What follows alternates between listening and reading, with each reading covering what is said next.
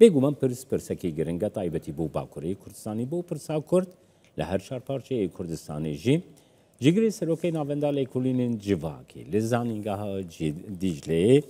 rêzdar Sedat Yurttaş li stûdiya Kurdistan 24 mêvanê min e kekê Sedat te bi xêratî kekê Sedat gelek cara me hev peyvên kirine bi cenabê te re bawer dikim yekem care tu tê stûdiya Kurdistan 24 te bi xêratî stûdiya Kurdistan navxêrê de bê spas dikim silav rêz ji we û temaşevanan re kekê Sedat niha yani komisyon gelek cara dicivê û wekî ku fokusek ji bo çareseriyê heye carna mirov gelek optimîst dibe dibêjî bi rastî jî hingav wê bênavêtin carna jî mirov pesimîst dibe mirov bêhêvî dibe ku mesela dayîkek bixwazê di wê komisyonê de bi kurdî jî biaxivê kurdî lê tê qedexe kirin nirxandina te di wê derbarê de bi rastî yani geşedanên pir mezin diqewmin berê divê em vê tespîta bikin dema 1990 meclîsa wê royê û meclîsa îro bidin berhev berawerdî bikin wê çaxê ev pirsgirêk nedat axaftin yani mîna ku hûn jî dizanin em 24 rêzberê de îlonê de mîna dîtamê çûn komisyonê demê û Partiya Riyan û Dewayê em pêşniyar kiribûn me nerînê xwe û pêşniyariyê xwe bi zelalî gotin wê çaxê jî me destnîşan kir ku qeyrana 1991 de Leylazana yani hevokek bu Kurdî got derketibû lê heyf mixabin 34 sal şûnda jî komisyonê nikaribû tehemmûla zimanê Kurdî bike yani ji ber wê yekê jî di hinek wara da pêşteçûn heyf mixabin çênebiye ji ber wê yekê jî yani me pêşniyar kir ku komisyon divê cürhet be bi wêrekî tev bigere û pêşniyariyê xwe bi zelalî bike yani îro amadetiyek wer heye lê li me gudarî kirin notê xwe girtin ji me re spas kirin û gelekî mîna me jî hate gudarî kirin ji ber wê yekê dikarim bêjim ku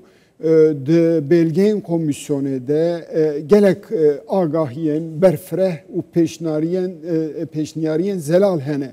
yani ewana jî êdî divê mîna yasayî mîna hukukî werin sazkirin bi rastî lê hinek wara da jî mirov yani bi endîşeyê ji ber ku bi rastî guhertina şêweya ku 100 sale komara Tirkiye neguheriye ev hinekî endîşeya ew neguherîn bixwe kekê Sedat ew bixwerî neguherîn bixwe riya pêşkeftina Tirkiye bixwe jî riya demokrasiyê lê Tirkiye bixwe jî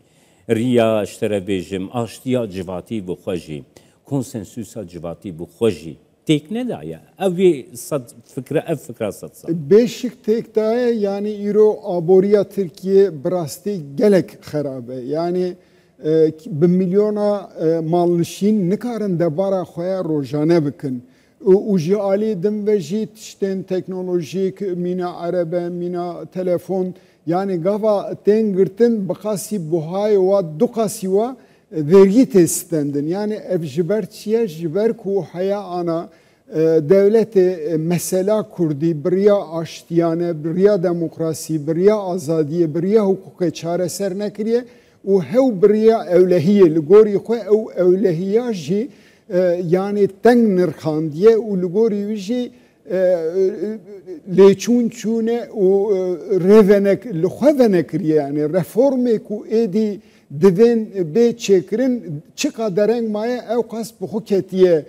nava tengasiyê û di civakê de jî ew qas gemaniyên him ji alî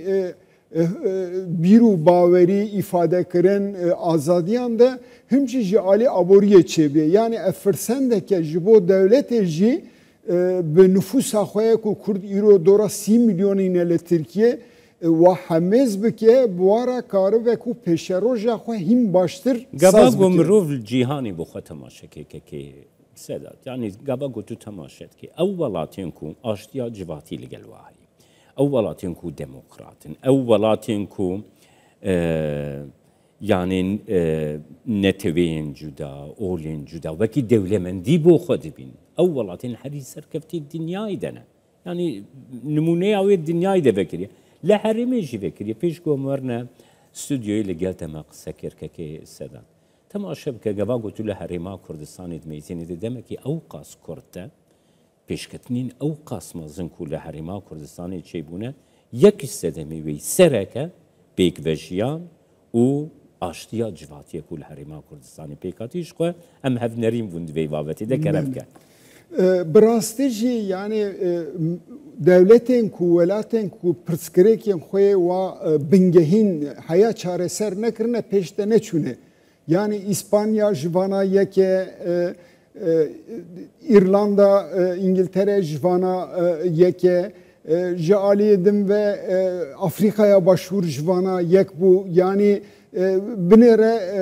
pirsgirêka ku li Filistînê çareser nebû çi astengî derxistin. Yani ji ber wê yekê bi rastî jî êdî ew geşedanekê li dünyayê qewmîne tecrübeyek û çêbûne divê Tirkiye jî ji wana êdî dersan derxe û li gorî wî jî saz bike. Welê ez cara dawîn 2017 da hatibûm Kurdistanê di wexta referandumê de bi rastî gelek şaşwaz bûm ku ew qas pêşveçûnên xweş û delal çêbûne ji alî avahiya, ji alî rêve, ji alî sazîbûnê ve ji alî hişmendî ve ji alî zanîngehê ve ziman û xwendin û perwerde û civak jiyana rojane de her tişt guheriye. Bi rastî mirov dibîne ku aştî û azadî civakekî çawa bi nirx diguherîne. Yani Tirkiye jî